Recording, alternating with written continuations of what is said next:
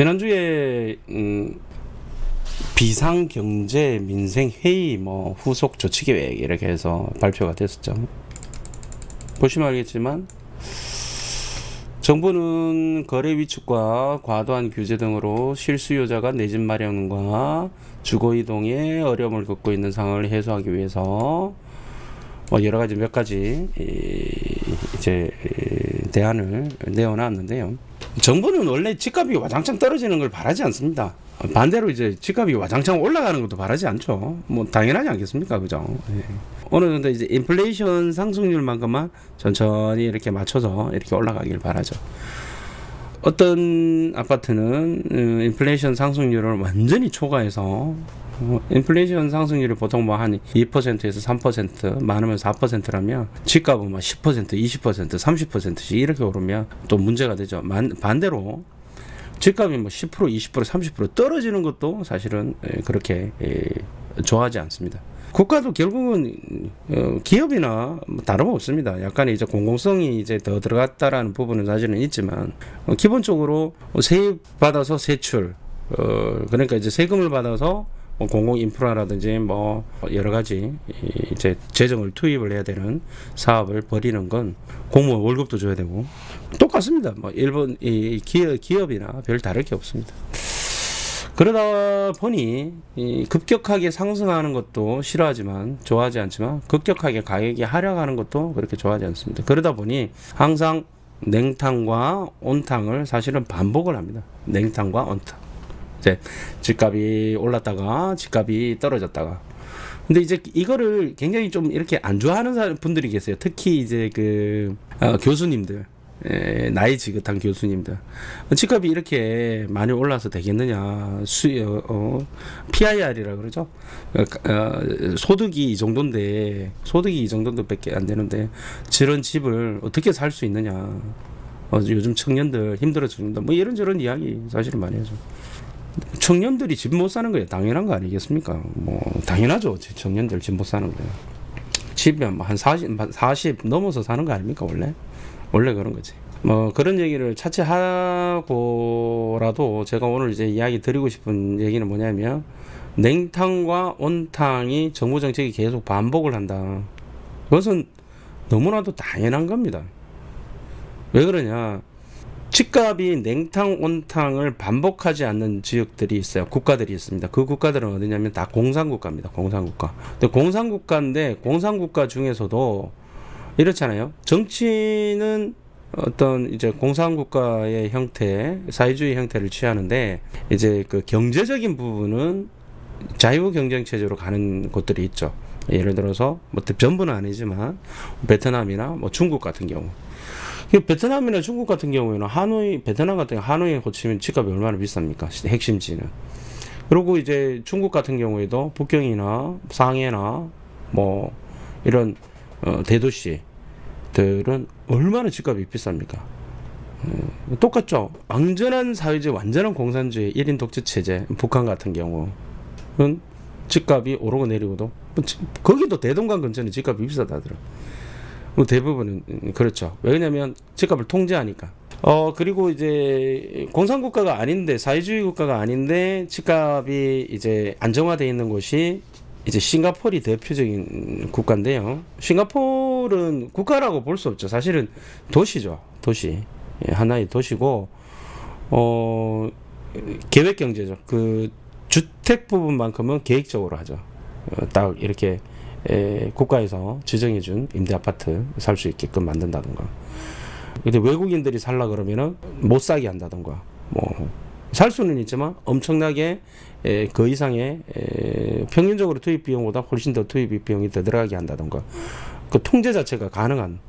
근데 우리나라는 통제가 안 되죠. 왜냐면 통제를 하려면 한 사람당 사람마다 그 이제 주택을 다 들어가게끔 살게끔 해줘야 되는데 우리나라는 구조적으로 그렇게 안 되죠.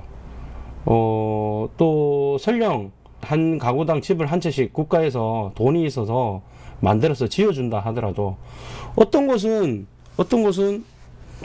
예를 들어서 강남에 임대 아파트를 만들어서 지어준다 칩시다. 땅도 없지만 있다 치고 안 해주면 다 거기 들어가고 싶을 거 아닙니까? 뭐 거기에 대해서 입주에 대한 어떤 프리미엄이 분명히 있을 거고요. 저기 외곽에 있잖아요. 뭐 땅이 넓은 강원도 뭐 어디나 뭐 이런데 그런데 임대 아파트 만들어서 지어준들 누가 가서 살겠냐고. 그래서 애시당초 국가가 집값을 통제를 하겠다는 그 자체가 안 된다는 거죠. 안 되는 거예요. 이 구조적으로. 그러다 보니 집값이 많이 오르겠다 싶으면 오르고 뭐 필요 이상으로 인플레이션 이상으로 상승을 하게 되면 그때는 이제 국가가 개입을 해서 각종 규제를 하게 되죠. 뭐 세금 부분이나 아니면 수요를 억제한다던가 뭐 이런 걸 해요. 하는데 그러다가 어떤 뭐 세계 경제 위기라든지 아니면 뭐 막대한 공급이라든지 이런 게 일어나서 가장 우리가 비근한 예로 뭐 IMF처럼 또 리먼 사태처럼 뭐 어떤 그런 뭐 재정 위기라든지 뭐 이런 것들이 팡팡 터져서 이머징 국가들이 팍팍팍 넘어갔을 때에 그때는 이제 또 집값이 너무 떨어지니까 집값을 이제 안정화 연착륙 시키기 위해서 또 움직이죠. 그게 또 뭡니까? 그때는 이제 규제 완화시켜주고 규제 풀어주고 돈 빌려줄 테니까 집 사라 그러고 뭐 하는 거죠. 양도세 깎아준다 그러고요. 제가 삼성권 강의에서도 이야기했지만 양도세 와장창 깎아준다. 양도세 안 받겠다. 뭐 다주택들 돈 빌려줄 테니까 집 사라. 뭐 이런저런 이야기가 나올 시기가 또 옵니다. 그렇게 오기 위해서는 얼마나 돼야 될까요? 얼마나 기다려야 될까요? 상당한 시간을 기다려야 될 겁니다. 언제까지? 집값이 지금처럼 계속 하락하는 게 계속 더 발생해야죠. 이제 가격이 계속 떨어지면 이제 국가에서 봤을 때는 정부에서 봤을 때는 야 이거 매매도 안 되고 세 수입도 안 되고 세금도 못 걷어들이고 또 사람들이 이제 정권은 이제 정권 유지가 되게 중요하잖아요. 또 표를 받아야 되는데 내가 가진 집이 투자자가 아니더라도 내가 가진 집이 집 한 채밖에 없는데 평생 모아서 집 한 채 샀는데 이 집을 팔고 나면은 대출금 갖고 나면 오히려 마이너스가 되는 그런 상황이 되는 지금 그런 분들이 좀 있죠. 이렇게 됐을 때는 뭐 이 정부 못 믿겠다부터 시작해서 뭐 별의별 얘기가 다 나오겠죠. 그럼 이제 뜨거워라 하고 결과적으로 그 표를 얻기 위해서라도 뭔가 움직임을 한다라는 거죠. 집값 떨어지니까 이제 이런 얘기들이 이제 슬슬 나오는 거죠. 보시면 청약 당첨자 기존 주택 처분 기한 이제 이건 막 무조건 팔아라 였었는데 이게 이제 지금은 이제 안 팔리고 집값 떨어지고 하니까 안정화를 연착륙을 시키기 위해서 자 처분 기한을 6개월에서 2년으로 뭐 이제 바꾸겠다라든가 또 그다음에 중도금 대출 안 해주던 9억 이상 안 해주던 걸 갖다가 이제 12억까지 해주겠다든 추가 지역을 규제 지역을 추가로 또 해제를 하겠다. 그죠? 원래 주거정책심의위원회는 상반기에 한번 하반기에 한번 열리는 게 보통의 어떤 패턴이었는데 지난 6월달에 열리고 또 10월달에 열려서 풀고 이제 또 11월 중에 다음 달에 또 풀겠대요. 또 열겠대요. 그죠? 다음 달에 또 열겠대요. 그런 상황인데. 그다음에 무주택자 LTV 50%로 완화를 해주겠다. 15억 초과 주담대 허용해주겠다. 그죠? 이런 거죠. 지금 요 정도 집값이 떨어지니까 요런 어떤 살살 연기를 피우는 뭔가 풀어주겠다라는 것, 그다음에 규제를 완화해주겠다, 해줘야 되겠다라는 어떤 공감대들이 형성이 되고 있단 말이죠. 정부에서. 제가 일부 방송에서도 이야기했지만 무슨 공부해야 된다? 정치인 공부해야 된다. 정치인 공부. 부동산 투자를 잘 하려면 정치인 공부, 경제 공부를 해야 되고 부동산은 이거 사서 뭐 좋아요, 저게 사서 좋아요, 뭐 그것도 중요하지만 그것보다는 더 중요한 건 뭐다? 세계 경제가 어떻게 돌아가는지. 왜냐면 부동산 투자는 결국은 경제의 일부분일 뿐이기 때문에 그렇죠. 그래서 경제 공부를 하다 보면 그 경제를 움직이는 사람들이 누구냐? 사람이다. 경제 정책, 부동산 정책 이런 걸 만드는 사람이 재정 정책 누구냐? 사람이다. 그 사람이 누구냐? 정치인들이더라. 그럼 정치인들이면 그 정치인들의 성향이 또 어떠냐에 따라서 다르다. 민주당이 180석 갖고 있을 때 대통령이 민주당 소속일 때 대통령이 국민의힘 소속이 있다. 국민의힘이 의석이 얼마가 있을 때 이 따라서 다 다르고 파월 의장 그러니까 미국의 연준 의장이 어떻게 스탠스를 가느냐, 미국의 대통령이 어떤 스탠스를 가느냐 이거에 따라서 다 틀리다. 결국은 사람, 정치인, 그 사람에 대해 공부를 해야 된다. 그죠? 제가 그런 얘기 많이 했어요. 삼상호 강의 때도, 그 책에서도 그랬지만, 대통령이 취임할 때, 공식적으로 취임할 때까지 한 3개월의 기간이 있기 때문에, 그 3개월의 기간 동안, 앞으로 5년 동안 어떤 식으로 경제를 운영하겠다라는 걸 갖다가, 이제, 로드맵을 짜는, 그 이제 인수위원회가 운영이 돼서 인수위원회가 움직이죠.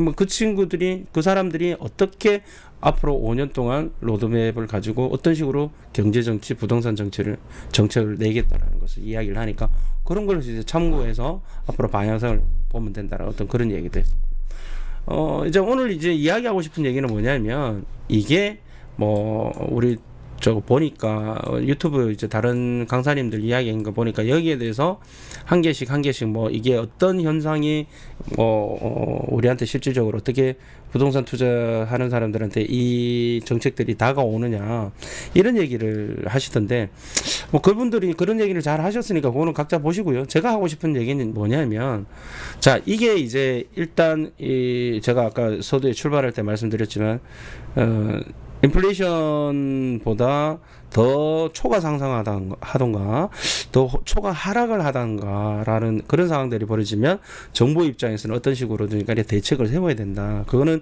기업하고 정부 운영이나 별달리 사실은 메커니즘은 거의 같기 때문에 그렇다. 그리고 또 중요한 것은 정권 유지를 위해서 사람들이 어떤 민심, 여론, 어떤 표의 향방, 1주택자들이 되게 많잖아요. 무주택자들도 많지만 그 1주택자들의 급격한 자산가치의 하락을 막아줘야 된다는 생각을 하게 됩니다. 그러면 그런 차원에서 지금 집값이 떨어지고 있으니까 이제 기존에 묶어놨던 것들을 이제 제 삼성공 책을 보면 또는 강의를 들으면 이게 적나라하게 다 나와 있습니다. 우리 역대 정권들이 어떻게 했는지가 다 나옵니다. 마찬가지로 이제 저는 이제 느낌이 그런 거죠. 아까 전에 보지만 청약 당첨자 기존 주택 처분기한 연장을 이제 처분기한에서 6개월에서 2년 연장, 이게 민주당 정권에서 이제 수요 억제를 위해서 또 이제 청약하지 마라 이거죠. 네 집 팔아야 되니까. 그리고 집을 팔린다면 집이 당첨된다면 네가 원래 갖고 있던 걸 팔아야 된다. 그러니까 청약하지 마라. 수요 억제 정책이었는데 이게 이제 처분기한이 6개월을 지금 못 판다고 난리 났잖아요. 안 팔리게 가지고 이제 이게 처분을 안 하게 되면요, 처분을 안 하고 계약서 같은 게 없으면 당첨된 아파트 그 입주할 때 입주 키를 안 줘요. 제가 이것도 방송을 한번 했었는데요, 키를 안 줍니다. 그냥 못 들어가요. 아시죠? 자, 그런데 이제 이것을 10월 27일부터 처분기한이 도래되지 않은 기존 의무자에도 소급 적용을 해서 이것을 파는 것을 2년으로 연장을 하겠다라고 되어 있는데요. 앞으로 가격이 더 떨어지면, 일부 때 시장 동향 말씀드렸죠. 가격이 지금부터 더 떨어지게 되면 어떻게 될까? 2년 연장 이걸 갖다 아예 없애겠죠. 안 팔아도 된다. 왜? 시장에 물량이 너무 많아가지고 무조건 이게 매도를 압박하는 거잖아요. 매도를 압박하니까 지금 가격대가 떨어지는 거다 말이죠. 그 물량이 많아지는 거죠. 이게 더 보태지는 거죠. 그러니까 처분기한 자체를 없앨 가능성이 높아집니다. 이제 지금부터 가격이 더 떨어지게 되면. 마찬가지로 중도금 대출 보증 확대, 지금 9억 원 이하에서 12억 원으로 확대하는데 얘도 없앨 거예요. 나중에 더 만약에 상황들이 집값이 더 붕괴되고 더 지금 가격이 더 떨어지게 되면 저 없앱니다. 100% 없습니다. 이 역사가 그랬어요. 역사가 그랬어요. 그리고 LTV 규제하죠. LTV인데 사실은 LTV를 뭐 해주는 것보다는 저걸 해야 돼요. DSR을 풀어줘야 되죠. 예서 지금 이제 돈이 있는 놈들만한테만, 죄송합니다. 돈은 있는 놈들, 죄송합니다. 돈 있는 사람들한테만 이제 소득이 많은 사람들, 이 현금 흐름이 좋은 사람들한테만 니들이 대출금을 갚을 수 있는 능력이 되니까 돈을 빌려주겠다. 이거였다 말이죠. 근데 그 DSR 자체도 물론 이제 이런저런 이야기가 있긴 해요. 이제 바젤 3 때문에 각 이제 은행들의 어떤 그런 준비금이 있어야 되기 때문에 안 될 거다라고 이야기를 하는데요. 집값이 지금부터 더 엉망진창이 된다라면 저는 뭐 LTV든 DSR이든 제가 봤을 때는 다 이제 지금보다도 더 풀어줄 가능성이 높다. 근데 조건은 뭐냐면 지금보다도 가격이 더 떨어졌을 때의 이야기죠. 예, 그렇죠. 15억 초과 아파트에도 주담대를 허용하겠다 뭐 이렇게 됐는데 이게 이제 실질적으로 이제 1주택자하고 이제 무주택자한테만 지금 풀어준다고 하더라고요. 근데 이제 지금보다도 집값이 이제 더 떨어지고 뭐 처참한 시장 상황이 되면 다시 이게 다 이것도 다 없었던 일로 할 겁니다. 한번 봐보세요. 제가 약속할 수 있어요. 지금부터 시장이 더 떨어지게 되면 그렇게 됩니다. 제가 간 보는 거죠. 지금 정부에서 요 정도 한번 풀어놔보고 시장이 안정화되면 더 이상 하락 안 하면 그냥 이대로 갈 거고, 여기서 더 하락이 되고 더 힘들어지게 되면 와장창 또 규제를 왕창 더 풀어줄 가능성이 되게 높다, 이렇게 생각합니다.